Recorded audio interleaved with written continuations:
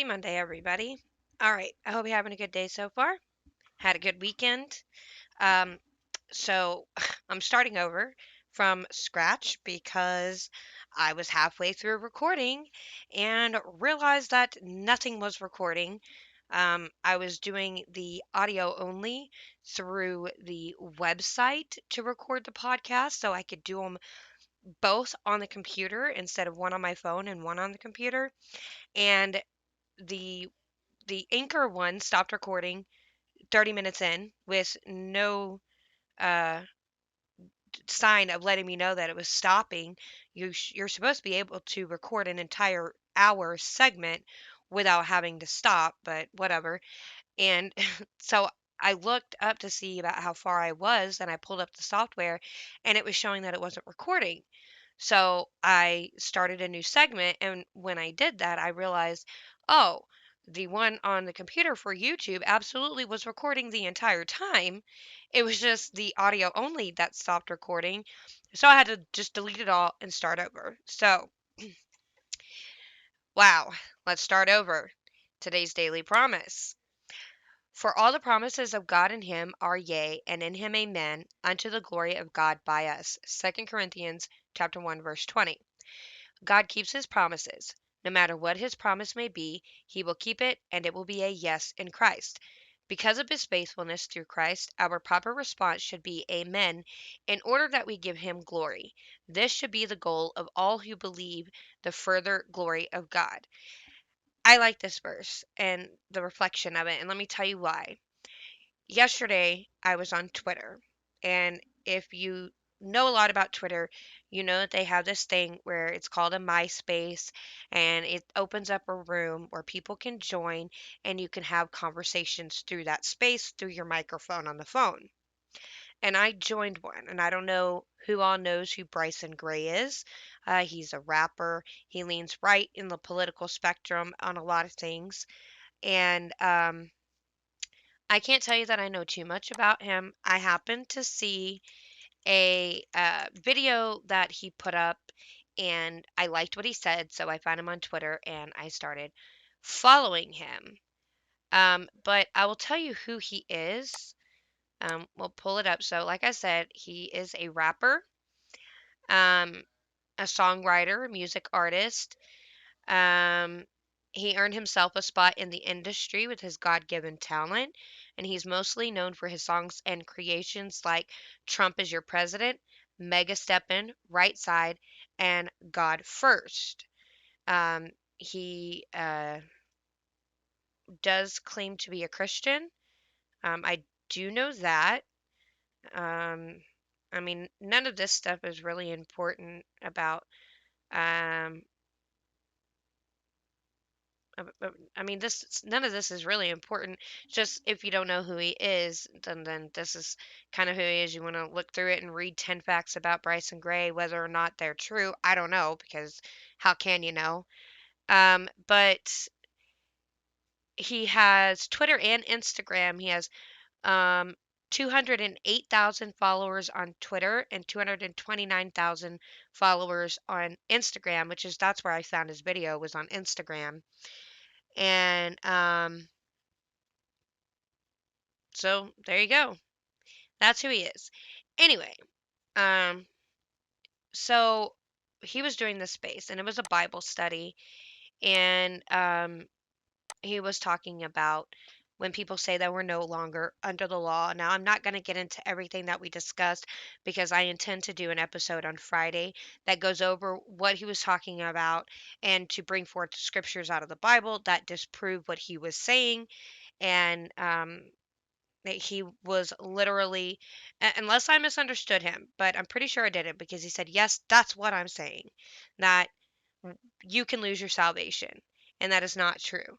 Once saved, always saved. And that's what I like about this verse because it said that God keeps his promises.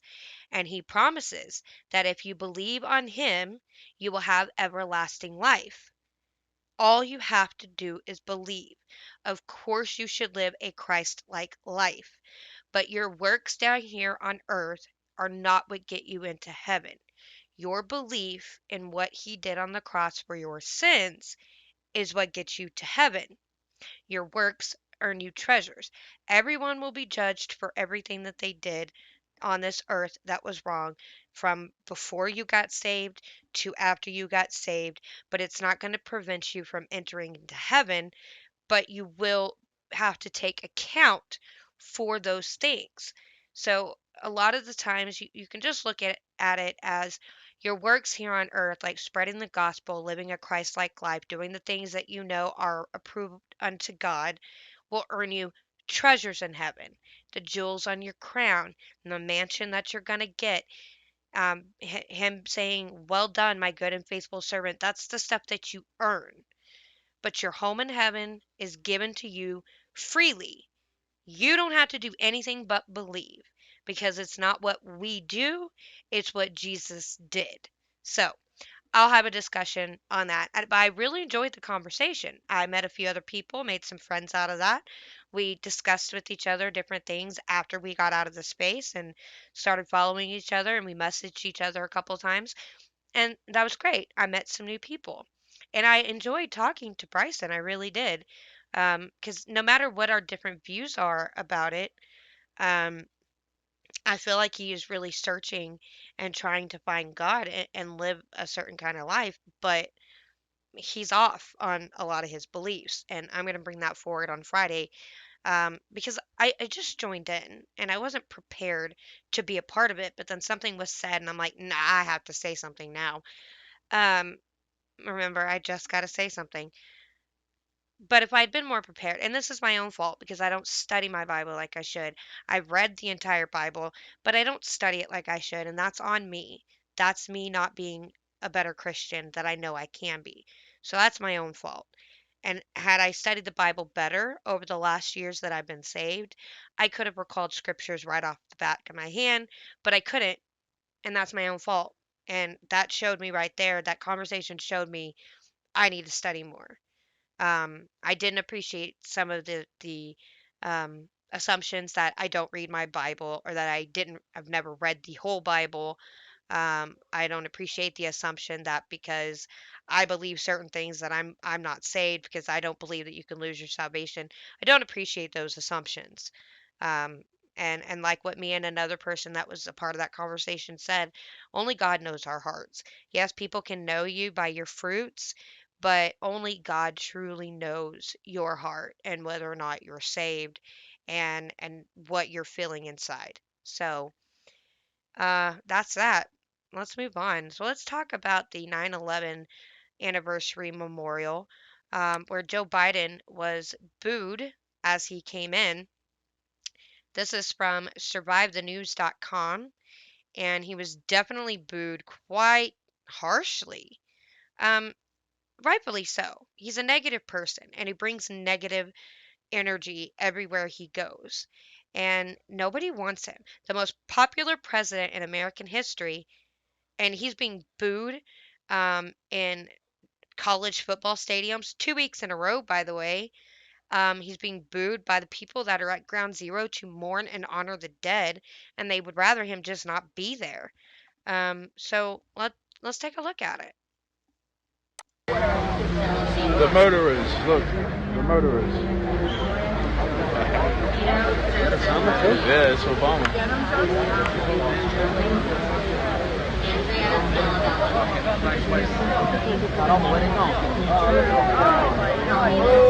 Whoa! Whoa! You're a mud for what you did to Afghanistan. Terrible, terrible. Don't sniff them. Terrible. Don't sniff them. I just want to point out how fast he picked up the pace to go and greet that child. Now, I couldn't see the child, so I don't know how old they were, but it was a child because you could hear the people saying, "Don't sniff them." But he was walking so slow, and as soon as he saw that child, man, his pace picked up. That's kind of weird. That kind of freaks me out. Um, I don't know. That's just a little weird. And here's another angle of him walking with the Clintons and the Obamas.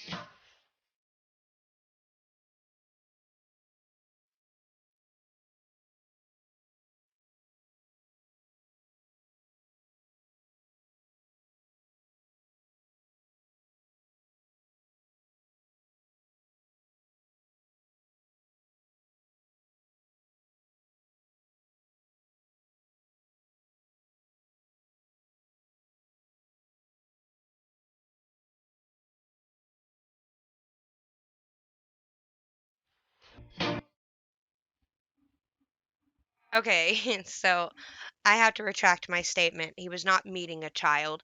He was actually running up to greet Maria Fisher. Um, I don't know. I don't know who she is, but that's who he was going to greet. So my bad. I apologize for assuming it was a child. Um, so apparently last year he met Maria Fisher. She lost her son on 9/11. So that's who Maria Fisher is.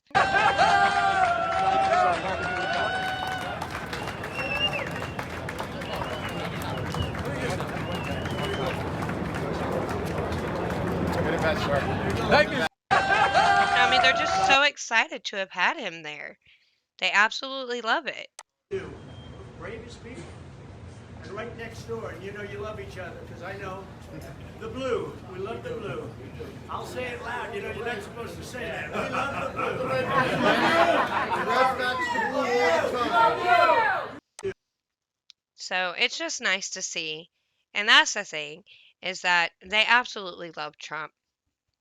The fact that they made him out to be this huge divider of the nation, and it's just a flat out lie, and you can see that in the different receptions that they received on 9/11 for the memorials, and Biden didn't even bother to speak to any of the first responders at all. Now, continuing on with that subject, and I don't want to talk about it too much because some things just really irritate me, but George Bush made a speech at Shanksville, Pennsylvania, and he compared the January 6th protesters to the 9/11 terrorists. And of course, that rightfully angered people. This is from usanews.com. During his 9/11 anniversary speech on Saturday, former President George W. Bush seemed to compare those who, I'm going to say, protested at the Capitol on January 6th to the terrorists who attacked the U.S. on September 11th, 2001, not 2011. You'll have a typo. Bush made heavy note of the threat of domestic terrorists during the solemn ceremony, which Newsweek described as a veiled comparison between January 6th and 9/11. Bush made his comments during a speech given in Shanksville, Pennsylvania, close to where United Flight 93 crashed on 9/11. And we have seen growing evidence that the dangers to our country can come not only across borders, but from violence that gathers within. There is little cultural overlap between violent extremists abroad and violent extremists at home. But in their disdain for pluralism, in their disregard for human life, in their determination to defile national symbols, they are children of the same foul spirit, and it is our continuing duty to confront them. I know he doesn't come right out and say the people that went to the Capitol on January 6th are just like the 9/11 terrorists. He doesn't say it, but he does imply it. I was going to see if they requoted what he said, but he says here, in the weeks and months following the 9/11 attacks, I was proud to lead an amazing, resilient, united people. When it comes to the unity of America, those days seem distant from our own.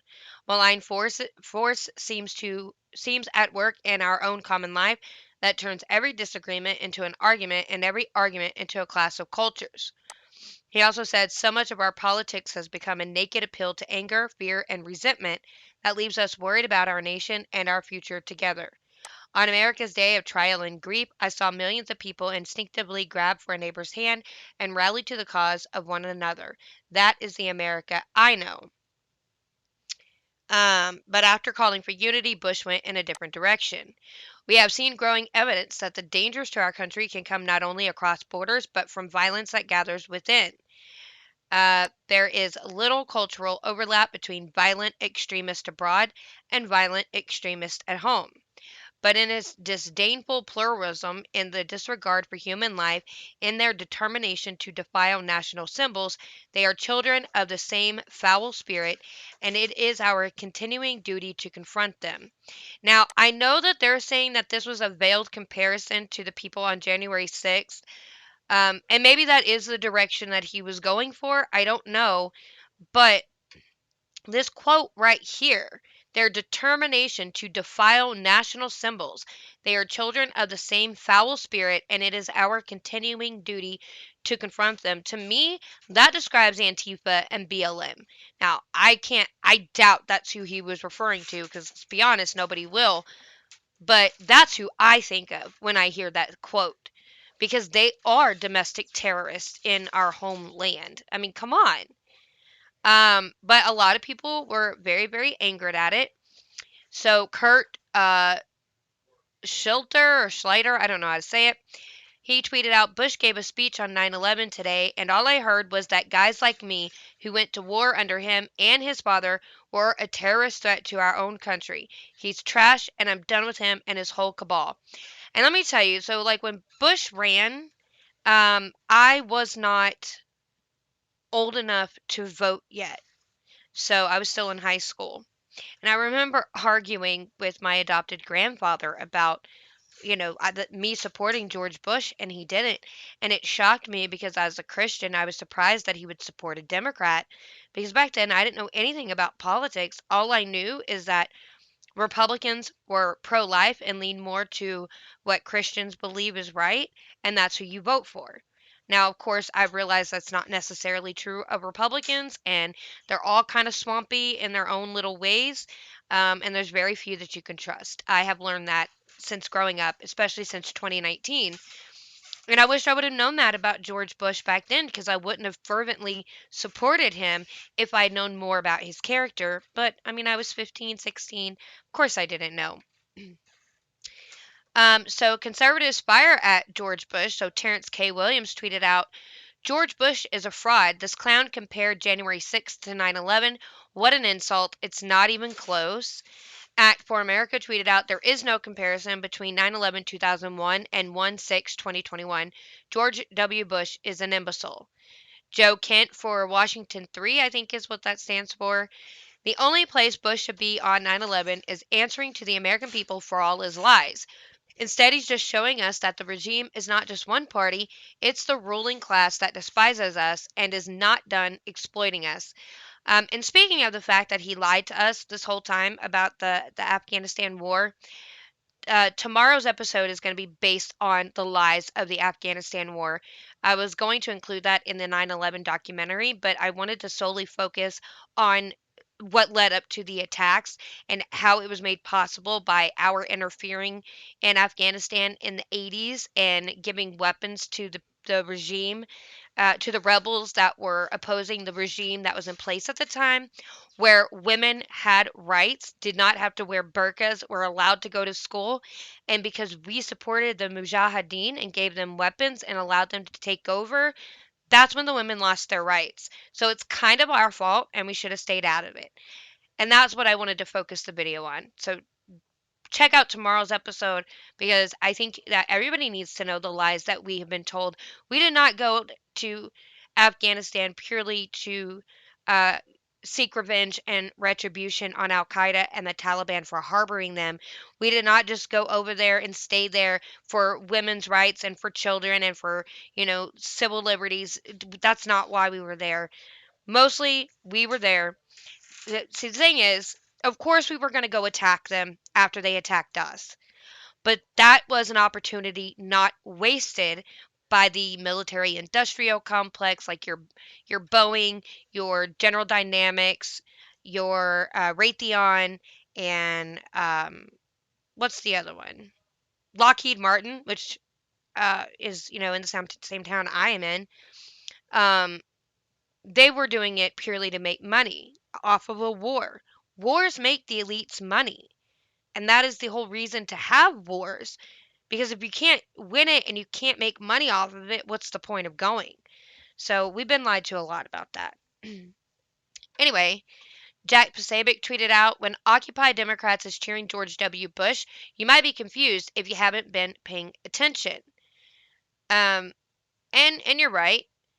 Um, President Bush rips Trump's insurrectionists in a 9/11 speech, saying there's growing evidence that the dangers to our country can come not only across borders, but from violence that gathers within, and it's our duty to confront them. Retweet if you agree with Bush. And then he also tweeted out Bush is publicly comparing 9/11 to January 6th. They want Trump supporters treated like jihadists. Are you paying attention yet? Glenn Greenwald tweeted, liberals cheered George Bush's 9/11 speech because they want a domestic war on terror. He also said the view that Trump was somehow worse than Bush Cheney is one held by the vast majority of corporate media employees and by prominent liberals, which is why they are allies with and employ the leading lights of Bush Cheney war criminality while demanding Trump aides be shunned. John Cooper tweeted George W. Bush was entirely correct in his comments marking the 20th anniversary of 9/11 on Saturday when he drew a comparison between 9/11 attackers and those who waged the January 6th act of domestic terrorism. Chronorific and Vaccinated tweeted, there is little cultural overlap between violent extremists abroad and violent extremists at home. They are the children of the same foul spirit. Is this the GQP ready to distance itself from its favorite sons? He is right. No, he's not right. So he's not right. There's no comparison, clearly. And it's so funny that Bush would use the phrase of the same foul spirit because Obama used that same phrase months ago about the GOP. So, you can see how they're so closely. This is why back before Trump, so Obama, Bush Jr., Bush Sr., Clinton, this is why it did not matter if the president was Democrat or Republican up until Trump came onto the scene. Well, really until Obama's, especially his second term. But this is why it didn't matter, because they were all the same. Things pretty much ran the same no matter which side was in office. It did not matter. Then Obama's second term comes and he starts trying to completely transform America. BLM starts, Antifa gets going, division of race starts under Obama's administration. Then Trump comes on the scene, and now it matters who is in office and what party they represent. It absolutely matters now. That's why you got to pay attention.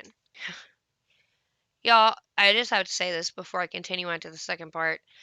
I started recording this and then realized that, or thought I realized that it wasn't recording and restarted. And while I was filming the first time, I started getting those migraine spots again and making my vision blurry. So since I was at home, I took some Dramamine to help with that.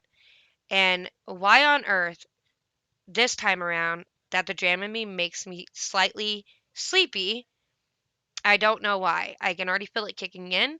I'm getting slightly tired, so I'm going to try and go through this as quickly as possible without losing my train of thought because that's what it does when I get sleepy. I start like distancing off and daydreaming and lose my train of thought. So let's get through this. Um, so I think I got rid of the one. Let me see. Let me go pull it back up. No, leave that one there. Let me pull it up here. Okay, so if we talk about the vaccine mandate, there's polls coming in about the vaccine mandate, but I wanted to show the Alaskan governor, and there's many other governors as well that are saying, no, we're not going to comply. This isn't happening. But Alaska's governor tweeted out that if there was ever a case for the 25th Amendment, he thinks that this is it. Governor Mike Dunleavy. I don't want to reread the whole article because I already did this once, but I will read it as quickly as I can.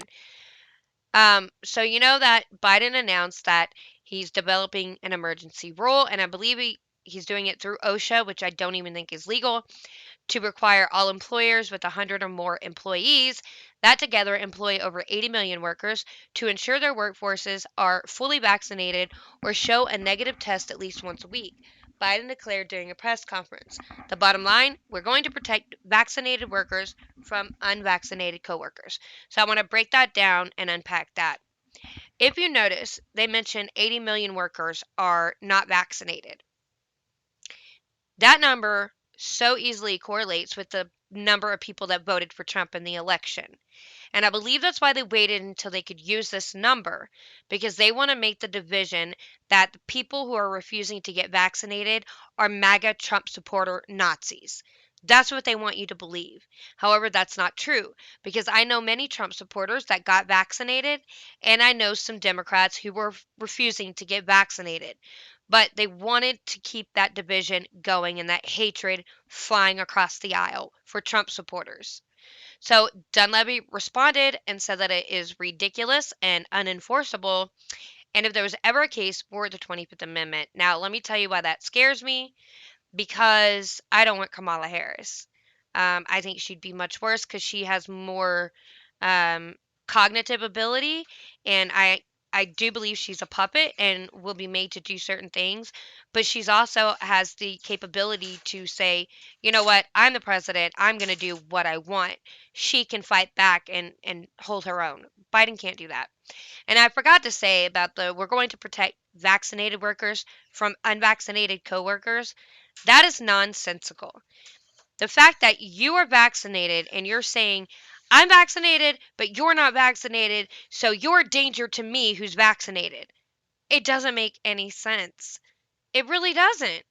And the people that are being hospitalized are not unvaccinated people with COVID. They're mostly people who have been vaccinated and are having vaccine related injuries that aren't being reported. And we're being told that, oh, it's the Delta variant, which, from what I have seen from other nurses speaking out, the Delta variant basically comes down to it's a code word for vaccine related injuries. Those people that are sick with that are considered to have the Delta variant. And everybody else who comes in that tests positive is just labeled as COVID-19. And there's not that many people there being hospitalized as COVID patients. So, more and more politicians are raising the idea of invoking the 25th Amendment to remove Biden from office, including Senator Rick Scott from Florida, who tweeted last month, after the disastrous events in Afghanistan, we must confront a serious question. Is Joe Biden capable of discharging the duties of his office, or has time come to exercise the provisions of the 25th Amendment? So there was a reporter that was at a press conference with Biden and mentioned the poll results showing that the majority of Americans believe he's no longer competent to be the president, and he just laughs at it and says that he hasn't seen it. Um, Representative Ronnie Jackson of Texas, who was the former White House position under both Presidents Obama and Trump, called on Biden to resign during a Fox News interview last month, saying that Biden is no longer cognitively prepared to be president of the United States. He also said, we're looking horrible right now on the world stage. This is an absolute national embarrassment. And instead of being out in front of this and talking about what's going on and that went wrong and what went wrong and what the plan was and what we're going to do next, Biden's just been in hiding again. Also, Biden once again has failed us. He's embarrassed us internationally. And honestly, it's time for him to leave. I've been saying this for a long time. I've been saying that he's not cognitively prepared to be our president. And this is just another example of his failure. And I think a lot of this is relevant to his cognitive ability. But he's created a national security disaster for this country right now. And it's time for him to move on. And somebody else needs to do this job. He is not fit to be our commander in chief. It's time for him to resign. He also suggested that people are giving him slack because they know he's got these cognitive issues and he's older. And he thinks that he's either going to resign or his own party is going to remove him through the 25th Amendment because there's just too much liability with him. They can't cover him anymore. And I would agree with that. The former director of intelligence said that he is our greatest national security threat. Biden is our greatest national security threat. So a lot of people believe that. So now let's talk about why should we be vaccinated? Because Psaki admits that the vax mandates do not include migrants at the border, and she will not answer why. So this is from Daily Wire. So Jen Psaki admitted on Friday that Biden's vaccine mandates do not include migrants at the U.S. southern border, and she refused to answer why. So Peter Doocy, of course, the one only journalist with integrity. Why is it that you're trying to require anybody with a job or anybody who goes to school to get the COVID-19 vaccine, but you're not requiring that of migrants that continue walking across the southern border into the country? So she says, well, look, our objective is to get as many people vaccinated across the country as humanly possible. And so the president's announcement yesterday was an effort to empower businesses to give businesses the tools to protect their workforce. It's not the workforce's job to protect me. You know what their job is? To pay me for what I've earned through the work that I do. It's not their job to keep me safe. That's exactly what we did, but certainly we want everybody to get vaccinated, and more people who are vaccinated, whether they are migrants or whether they are workers, protects more people in the United States. But see, she didn't answer that. He said, but why is it a requirement for people at a business with more than 100 people, but it's not a requirement for migrants at the border? Why? She said, that's correct, before quickly calling upon another reporter. So, here is what was asked. So, thank you, Jen. To follow up on the call with President Xi last night, exactly 2 weeks ago, when the intel community came up empty trying to figure out the origins of COVID, the president said critical information about the origins of this pandemic exists in the People's Republic of China. When he talked to the president of China last night, did he press him like he said he was going to? And Psaki says, well, I'm not going to get into a list alarm sounds of every topic discussed. That was a very dramatic entry to that answer, but I'll start again. I'm not going to go in every list of every topic discussed. They did discuss a range of transitional or transnational issues, including COVID 19, and understanding its origins is, of course, a primary concern for this administration. We continue to support phase 2 of the WHO's investigation in China and call on China to allow further studies of COVID 19 origins in China. She says, I will also note that, one of the topics the president also discussed is the importance of being able to have private discussions between the two leaders. This is in contrast to some of the other interactions we've had at lower levels with the PRC. And so, yes, it was a topic raised, but I'm not going to go into further detail. And I'm not going to read the whole thing.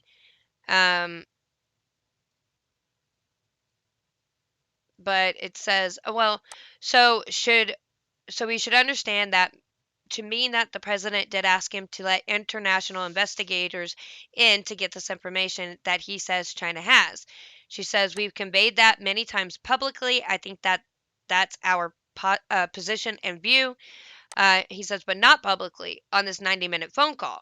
Did they talk about it? And she said, Peter, this is a topic that we have said, conveyed many times at many levels. I'm just not going to have more in the call to read out for you. So there you go. We are being forced to get something put into our bodies that we don't want, while illegal immigrants get to cross the border and do whatever they want. They have free reign. They don't have to follow the law, obviously. So, let's talk about then the fact if the people that don't want to get vaccinated, why are they not telling them about an effective COVID treatment? Because there are.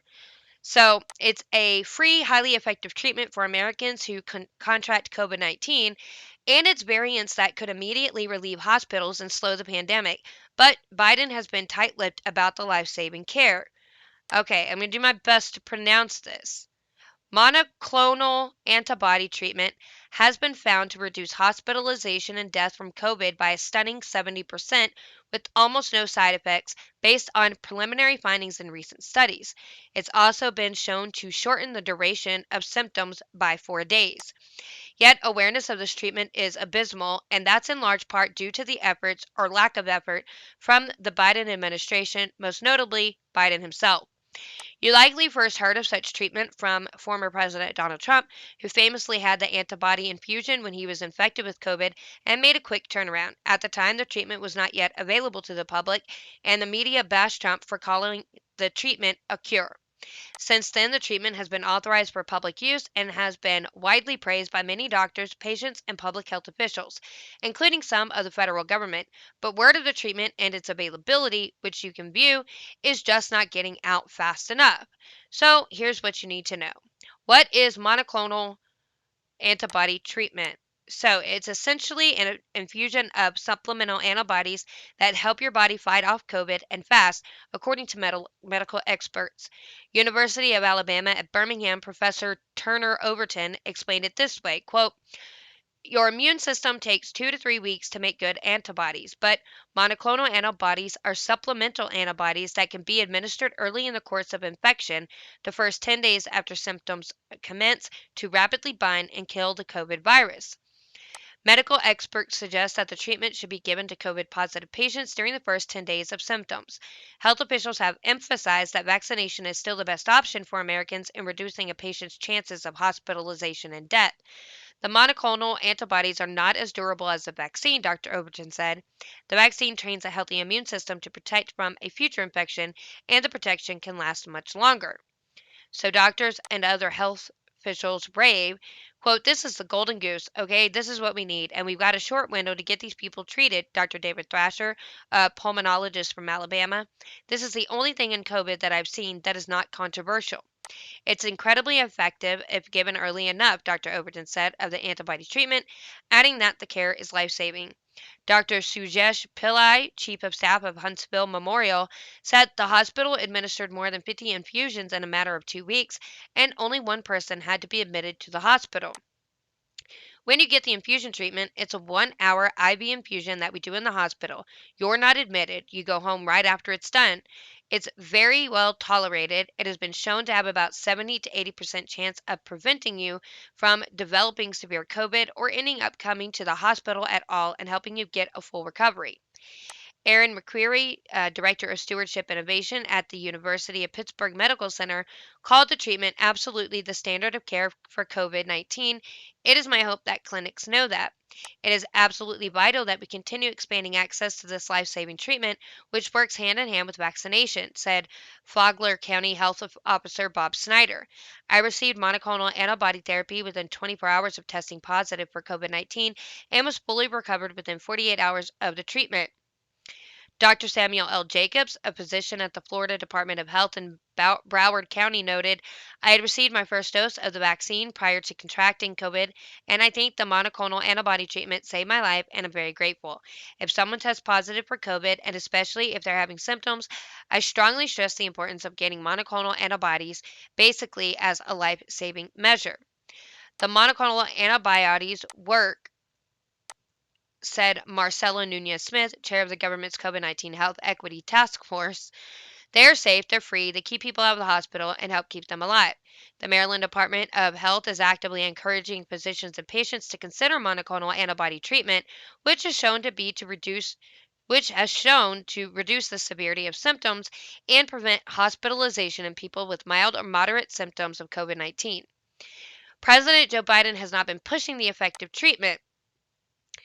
He's not promoted the antibody treatment himself, though there have been a few instances where officials from the government have praised the treatment. The Washington Post last month criticized Biden's efforts to get the word out about the care. In mid-August, Nunez Smith said the treatment is effective and helps keep people alive. Her statement marked one of the few times since the Biden administration took office that the antibodies have been promoted by the response team. A review of its 52 briefings or news conferences shows they were discussed mostly when Anthony S. Fauci, the team's infectious disease specialist, offered a research update. Okay, so former FDA Commissioner Mark McClellan told the Post in August that access is still uneven and way below the number of people who could potentially benefit.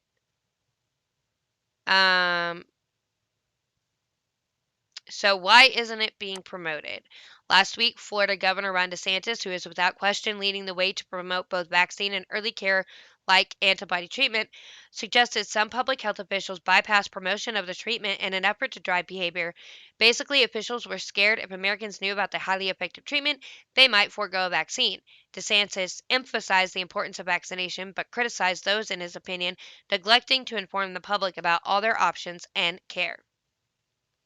And there's a Trump factor, because Americans probably first heard of antibody treatment from former President Trump, who famously had the antibody infusion when he was infected with COVID and made a quick turnaround. At the time, the treatment was not yet available to the public, and the media bashed Trump for calling the treatment a cure. Since then, the media seemed timid to discuss the treatment. Of course, this treatment should be done in concert with your physician, but an easy way to check where these treatments have been shipped near you is to visit the U.S. Department of Health and Human Services user-friendly map, which can be accessed here, which, if you want, I will link that. I will put that link in the description box below.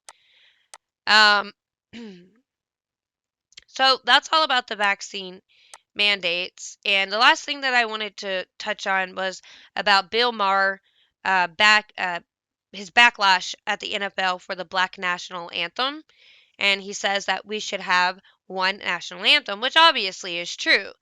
So, he slammed the National Football League during his show Friday night, saying in response to an Alicia Keys performance shown before kickoff Thursday that the league shouldn't be playing the song known as the Black National Anthem before events. I saw last night on the football game Alicia Keys saying "Lift every voice and sing," which now I hear is called the Black National Anthem. Now, maybe we should get rid of our national anthem, but I think we should have one national anthem, emphasized Marr. I think when you go down a road where you're having two different national anthems, colleges sometimes now have many of them different graduation ceremonies for blacks and whites, separate dorms. This is what I mean segregation. You've inverted the idea. We're going back to that under a different name. The words to "Lift Every Voice and Sing" are from a poem by James Weldon Johnson. It was later crafted into a song, and in about the 1920s, it was adopted by the NAACP as the official Negro national anthem, according to Smithsonian Magazine. And I believe you can find that at this link. You can find the music, you can find an article about it. I'll link that as well if you want to read it.